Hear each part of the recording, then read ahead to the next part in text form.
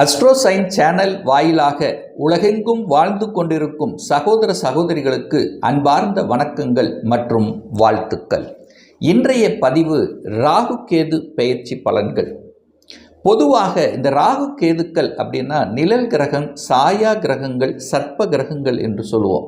So இது எல்லா கிரகங்களும் கிளாக் வைஸில் சுற்றினா இந்த ராகு கேதுக்கள் ஆன்டி கிளாக் வைஸில் பயணம் பண்ணும். ஸோ அப்பேற்பட்ட இந்த ராகு கேதுக்களுடைய பெயர்ச்சியானது எப்போ நடக்குது அப்படின்னா வருகின்ற மே மாதம் 18ஆம் தேதி இந்த ராகு கேது பெயர்ச்சியானது நடக்க இருக்கிறது.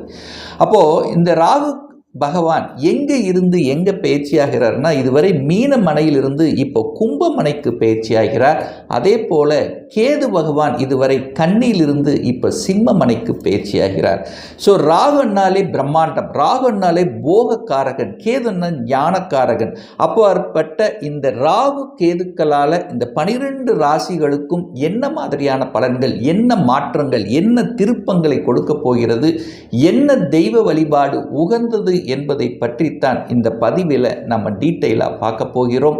அதற்கு முன்னால் நம்மளுடைய சேனலை நீங்கள் ஃபர்ஸ்ட் டைம் பார்ப்பவர்கள் என்றால் மறக்காம சப்ஸ்கிரைப் பண்ணிக்கிங்க. மிதுன ராசி அன்பர்களே, 2025 இந்த ராகு கேது பெயர்ச்சியால் என்ன பலன், என்ன மாற்றங்கள், என்ன திருப்பங்கள் அப்படின்னு பார்க்கும் பொழுது ராகு பகவான் இதுவரை இந்த மிதுன ராசி அன்பர்களுக்கு 10ஆம் இடத்தில் இருந்தது. இப்போது எங்கே பயிற்சி ஆகிறார் அப்படின்னா 9ஆம் இடமான பாக்கியஸ்தானத்துக்கு பயிற்சி ஆகிறது. அதே போல் கேது பகவான் இதுவரை 4ஆம் இடமான சுகஸ்தானத்தில் இருந்தார். இப்போ 3ஆம் இடம் என்று சொல்லக்கூடிய முயற்சி ஸ்தானத்தில் பயிற்சி ஆகிறது. ஸோ இந்த பயிற்சியினால் என்ன தன்மை, என்ன நடக்கும் அப்படின்னு பார்க்கும் பொழுது ராகு 9ஆம் பாக்கியஸ்தானத்தில் வந்துடுவது பாக்கிய ராகுவாக இருக்கிறது. அப்போது ராகுக்கு தனி வீடு கிடையாது. அந்த வீட்டின் அதிபதியாகத்தான் வேலை செய்ய போகிறார். என்னவாக வேலை செய்ய போகிறார்? சனியாக வேலை செய்ய போகிறார். சனி என்பது யாரு? உங்களுக்கு 8க்கும் 9க்குரியவன். அட்டமாதிபதியும் அவரே, பாக்யாதிபதியும் அவரே. அவர் எங்கே அமர்ந்திருக்கார்? 10ஆம் இடமான தொழில் ஸ்தானத்தில் அமர்ந்திருக்கு. அப்போ தொழிலில் ஒரு மாற்றம், ஒரு தன்மைங்கிறது நிச்சயமாக உண்டு இந்த ராகு கேது பயிற்சியால். இதுவரைக்கும் வேலையே இல்லை, வேலையே ஒரு நல்ல வேலை அமையல, வேலையில் இடைஞ்சலோடு இருக்கிற, வேலை மாறிடலாங்கிற எண்ணத்தோடு இருக்கிற, ஒரே அழுத்தம், ஒரே ப்ரெஷர், ஒரே டென்ஷனாக இருக்குது என்று நினைத்து கொண்டிருக்கக்கூடிய இந்த மிதுனராசி என்பர்கள் நல்ல வேலை கிடைக்குங்க. இந்த ராகு பெயர்ச்சிக்கு அப்புறம் நல்ல வேலை அமையும். இதில் எந்த மாற்று கருத்து கிடையாது. நீங்கள் படித்த படிப்புக்குண்டான வேலை, ஒரு நல்ல ரெகக்னைசேஷன், வேலையில் ஒரு ரெகக்னைசேஷன் இல்லைன்ட்டு இருந்தீங்க, ஒரு ப்ரமோஷனே இல்லை, ஒரு இடமாற்றம், இது எல்லாமே சக்ஸஸ்ஃபுல்லாக நடக்கும் இந்த ராகு கேது பயிற்சிக்கு அப்புறம்.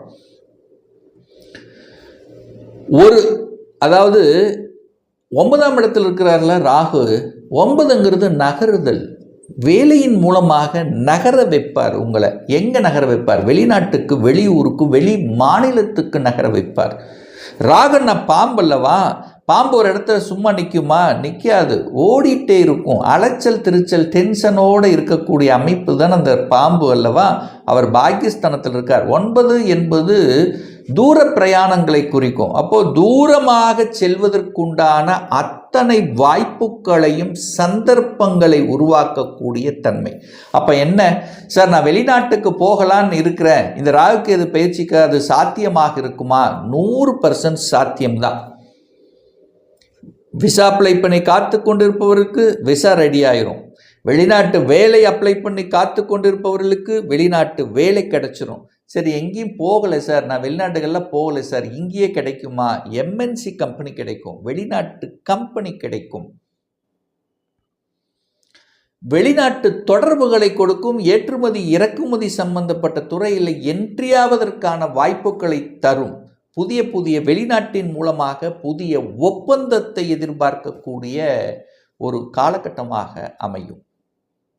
சார், ஏற்கனவே நான் தொழில் சூப்பராக இருக்கிறேன் சார், நல்ல லாபம் இருக்குது, நல்லா இருக்குது, அப்படி இப்படி இருக்கிறவங்க கொஞ்சம் எச்சரிக்கையாக இருக்கணும். எப்படி? 8ஆம் அதிபதியாகவும் அந்த ராகு வேலை செய்வார். அப்போது அந்த இடத்தில் பணம் விஷயத்தில் கவனம், எச்சரிக்கை என்பதை ஞாபகத்தில் வைத்து கொள்ளுங்கள். இந்த மிதுன ராசி அன்பர்கள் 2 ரோலை பண்ணுவார். ஆனாலும் நீங்கள் பயப்பட வேண்டிய அவசியம் இல்லை. என 10ஆம் அதிபதியாக இருக்கக்கூடிய குரு பகவான் பயிற்சி ஆகிறார். ஏற்கனவே மே மாதம் 14ஆம் தேதி குரு பயிற்சியாகி அந்த குரு ராகுவை பார்த்துடுறார். அப்போ குரு ராகுவை பார்க்கும் பொழுது அந்த ராகு சமநிலைப்படுத்தப்படுகிறது. அப்போ பெரிய கெடுதல் என்பது இல்லை இந்த மிதுன ராசி அன்பர்களுக்கு. அப்போ என்ன, முதலில் பாவத்துவம், முதலில் கெடுதல்களை போன்ற ஒரு தோற்றத்தை கொடுத்து, முதலில் அழுத்தம், ப்ரெஷர், டென்ஷன் அப்படிங்கிற தன்மையை கொடுத்து, முதலில் சரியில்லை ஒரு மாதிரி இருக்குன்னு நினைப்பை கொடுத்து, அதற்கப்புறம் சரி செய்யப்படுத்தக்கூடிய அமைப்புகள் சந்தர்ப்பங்களை உருவாக்கும். இந்த ட்ரீட்மெண்ட் எடுத்துட்டு இருந்தாங்க பார்த்தீங்களா, குழந்தை பாக்கியத்துக்காக ட்ரீட்மெண்ட் எடுத்து கொண்டிருக்கக்கூடிய மிதுன ராசி என்பர்களுக்கு இப்போ சக்சஸ் கொடுக்கக்கூடிய காலகட்டமாக அமையும். செயற்கை முறையில் கருவூட்டல் அப்படின்னு சொல்லுவோம் பார்த்தீங்களா, ஸோ அந்த வகையில் ஏன்னா ராகுங்கிறது செயற்கை முறை. அப்போ செயற்கை முறை கருவூட்டல் அப்படிங்கிற தன்மையை கொடுத்து இந்த ராகுகேது பயிற்சியால், ஏன்னா நிறைய செலவு பண்ணிட்டீங்க, நிறைய ட்ரீட்மெண்ட் கொடுத்தீங்க, ஆனால் இப்போ சக்ஸஸ் ஆகும். ஸோ அப்போ குழந்தை பாக்கியத்தை கொடுக்கக்கூடிய ஒரு அற்புத காலகட்டம் இந்த ராகுகேது பயிற்சிக்கு அப்புறம் நிச்சயமாக அமையும். இதில் மாற்று கருத்து என்பது இல்லை. என குரு 5ஆம் இடத்தையும் பார்த்துடுறார், ராகுவையும் பார்த்துடுறார். அப்போ குழந்தை கொடுத்தே ஆகணும் அல்லவா, ராகு கெடுக்கவே முடியாது. அப்போ நிச்சயமாக குழந்தை பாக்கியத்தை தரக்கூடிய அம்சம், சாத்தியக்கூறுகள் சிறப்பு பெறும். ராகு 9ஆம் இடத்தில் இருக்கார், தந்தை ஸ்தானத்தில் இருக்கார். தந்தையை பாதிக்குமா அப்படின்னு கேட்டிங்கன்னா, பாவகிரகம்தான் ராகு. அப்போ கண்டிப்பாக அது சனியினுடைய வீட்டில் இருக்கார் அல்லவா, கொஞ்சம் கால்வலி, ஹெல்த் விஷயத்தில் கவனம் இருக்கணும். தந்தையை சின்னதில் பாதிக்கும், அதில் மாற்று கருத்து என்பதே இல்லை.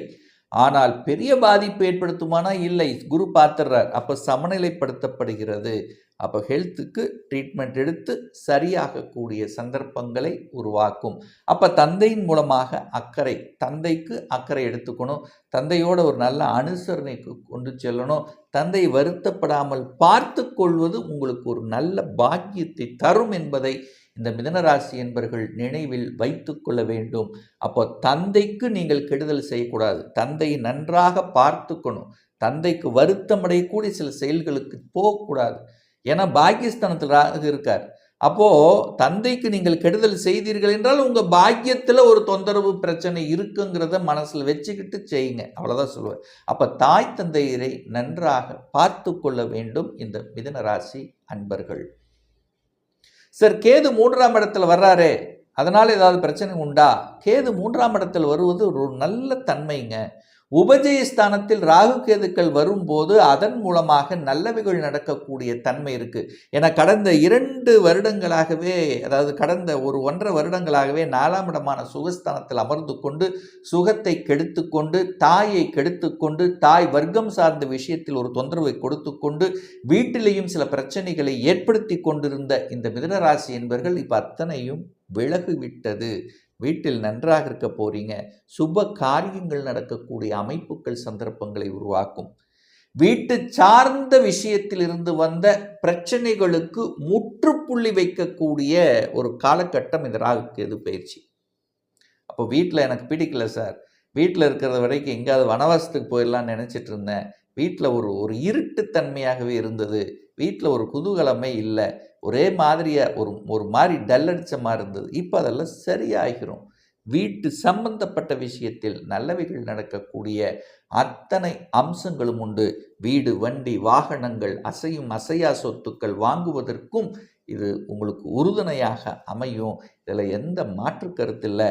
உபஜயஸ்தானத்தில் வரக்கூடிய இந்த கேதுவால் நல்ல ஒரு தைரியத்தையும் நல்ல ஒரு வீரியத்தையும் எதையும் சாதிக்கலாம் என்கின்ற அந்த உந்துதலை தரக்கூடிய தன்மை இந்த கேதுவால் உண்டு.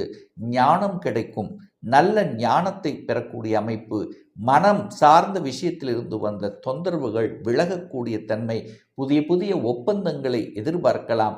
கலைத்துறையில் இருக்கின்றவர்களுக்கு புதிய ஒப்பந்தங்கள் தேடி வரக்கூடிய தன்மை. 3ஆம் இடம் என்பது வியாபாரம், வியாபாரத்தில் சில நுணுக்கங்களையும் சில அந்த ஸ்ட்ராட்டஜி அந்த விஷயத்தை புகுத்துவீர்கள். கேதுனாலே வித்தியாசம், மற்றவர்களோட மாறுபடக்கூடிய தன்மை. அப்போ 3ஆம் இடம் வியாபாரம் அல்லவா? அப்போ அந்த வியாபார யுக்திகளை கடைப்பிடிப்பீர்கள். புதிய டெக்னாலஜி புகுத்துவீங்க. வித்தியாசமான ஒரு தோற்றத்தில் செயல்படுத்தக்கூடிய தன்மைங்கிறது இந்த காலகட்டம் நிச்சயமாக உண்டு.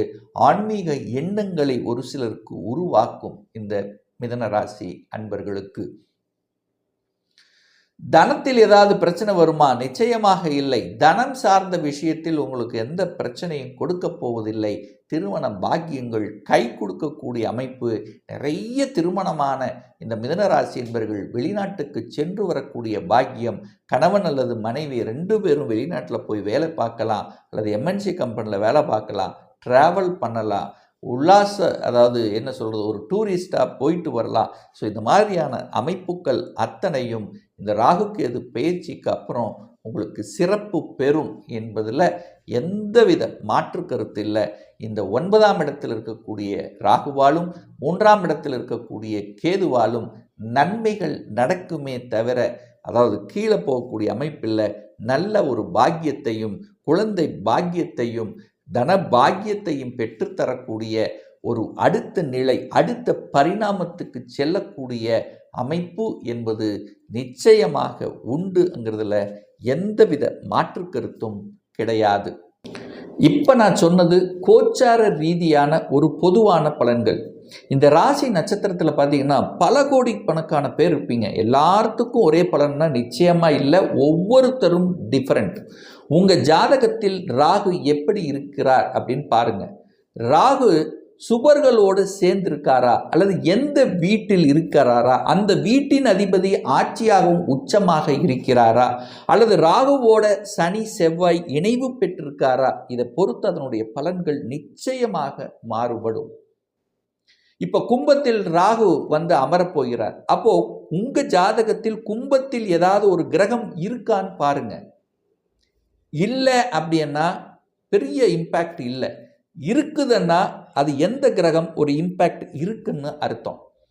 ஒரு துல்லிய பலன் வேணும் அப்படின்னா உங்கள் ஜாதகத்தில் கிரகங்கள் எப்படி இருக்குது, என்ன ஆதிபத்தியம் பெற்றிருக்கு, ராகு எங்கே இருக்கார், சுப கிரகங்கள் எங்கே இருக்குது, எந்த டிகிரியில் ஒவ்வொரு கிரகங்கள் இருக்குது, இப்போ நடப்பு தசா புத்தி அந்தரம் சூட்சமம் வாயிலாக நீங்கள் கேட்கக்கூடிய எந்த கேள்வியாக இருந்தாலும் இந்த 2025 சொந்த தொழில் செய்வதற்கான கொடுப்பினை நம்மளுடைய ஜாதகத்தில் இருக்கா, அப்படி இருக்கக்கூடிய பட்சத்தில் எப்போ நம்ம சொந்த தொழிலை ஆரம்பிக்கலாம், என்ன கோர்ஸ் படிப்பதற்கான விதி கொடுப்பினை நம்முடைய ஜாதகத்தில் இருக்குது, அப்போ எந்த கோர்ஸ் எடுத்து படித்தா நம்முடைய ஃப்யூச்சர் நன்றாக இருக்கும், இன்னும் திருமணம் நடக்கலை, எப்போ தான் நமக்கு திருமணம் நடக்கும், எப்போ நமக்கு குழந்தை பாக்கியம் கிடைக்கும், எப்போ எனக்கு ப்ரமோஷன் கிடைக்கும், இது போன்ற கேள்விகளுக்கு துல்லியமான பதிலை நம்மால் கூற முடியும்.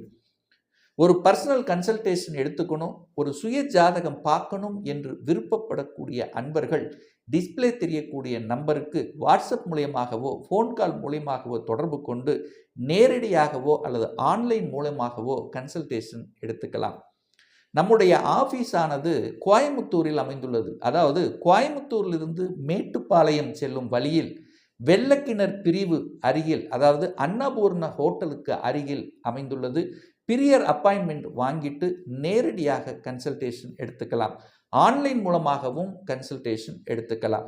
நிச்சயமாக இந்த பதிவு ஏதாவது ஒரு ரூபத்தில் உங்களுக்கு யூஸ்ஃபுல்லாக இருக்குங்கிறதுல எந்தவித மாற்று கருத்தும் கிடையாது. நம்ம சேனலில் நீங்கள் ஃபஸ்ட்டு டைம் பார்ப்பவர்கள் என்றால் மறக்காமல் சப்ஸ்கிரைப் பண்ணிக்கிங்க. பக்கத்தில் இருக்கக்கூடிய பெல் பட்டன் மற்றும் ஆல் நோட்டிஃபிகேஷனை கிளிக் பண்ணும்போது நான் போடக்கூடிய அடுத்தடுத்த பதிவுகள் உங்களுடைய நோட்டிஃபிகேஷனில் வந்து சேரும். இந்த ராசி நட்சத்திர நேயர்கள் அனைவரும் வாழ்க வளர்க வளம் பெறுக என்று எனது வாழ்த்தினை தெரிவித்துக் கொண்டு விடைபெறுகிறேன். நன்றி, வணக்கம், வாழ்த்துக்கள்.